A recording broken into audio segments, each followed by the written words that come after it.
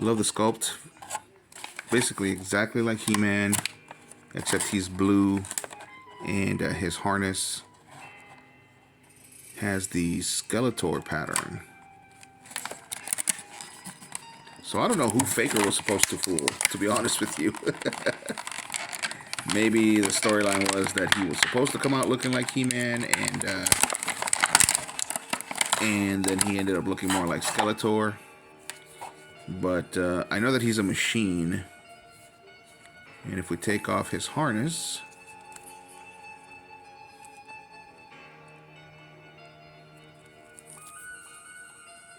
come on. These harnesses are great too. They are basically a replica. The original line came with basically a replica of the old harnesses where you could remove them and share them with other figures. There we go. There's his computer, his quote-unquote computer.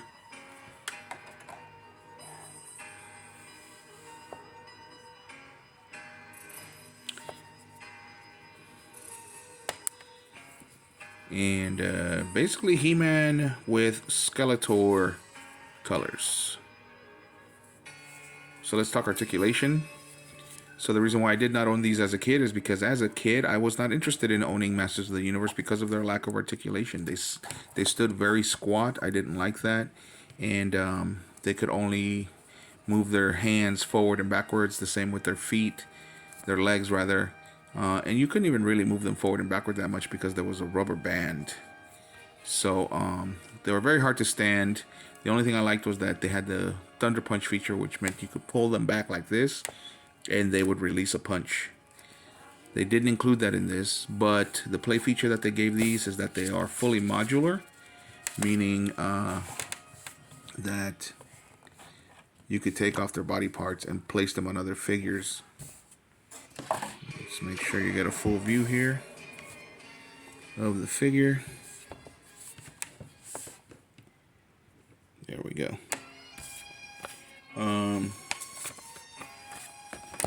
So like I said, they are fully modular, meaning that you can remove the head, you can remove the arms, you can remove the boots, and you can even pop them off at the waist. And then and then you can put them on other figures and make kind of kit bash your own figures without actually having to kit bash, which is awesome. As a kid, I definitely would have loved that. Now let's see what else he comes with.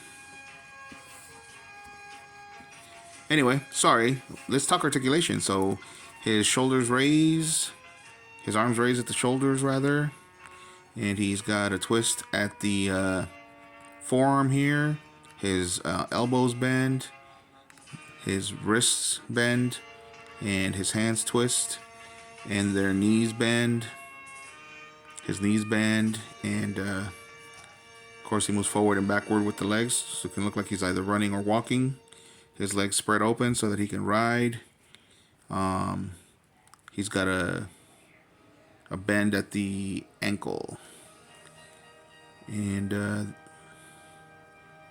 they twist over here at the boot. Like I said, you can remove the boots. So, great articulation.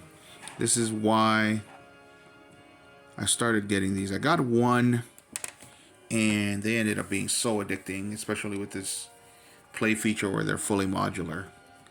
So let's put this back. And then we can talk accessories. Hey, Ryan Reynolds here. Big Wireless has once again raised their prices. Let's see.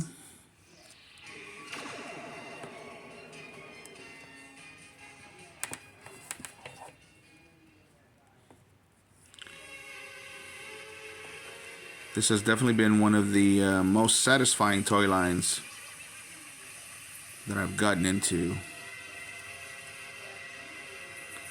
Despite some flaws here and there. There are some, looks like either paint mistakes or it's dirty.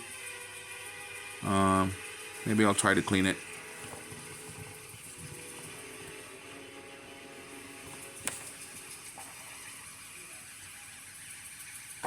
Alright, and so he does come with a fake sword of power.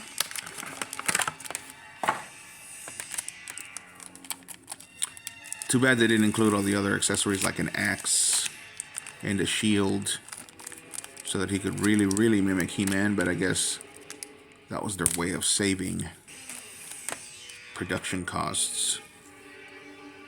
Of course, they didn't pass that down to us, but there he is. I like him. I like him a lot. It's basically another He-Man with different colors. I really love all the variations, all of the He-Man variations that this toy line has had.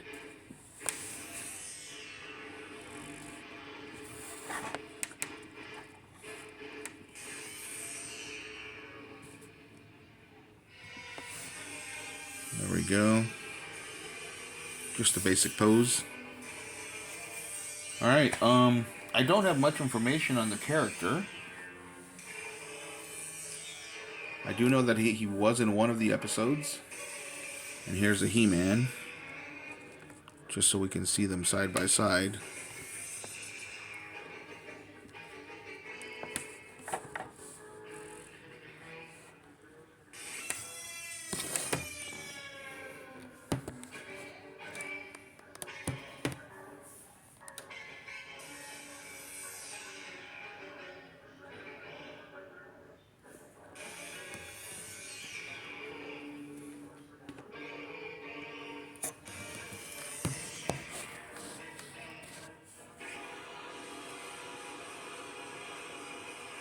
There we go.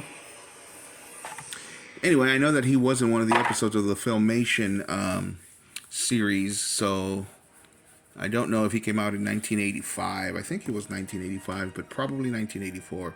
Let me double check on that.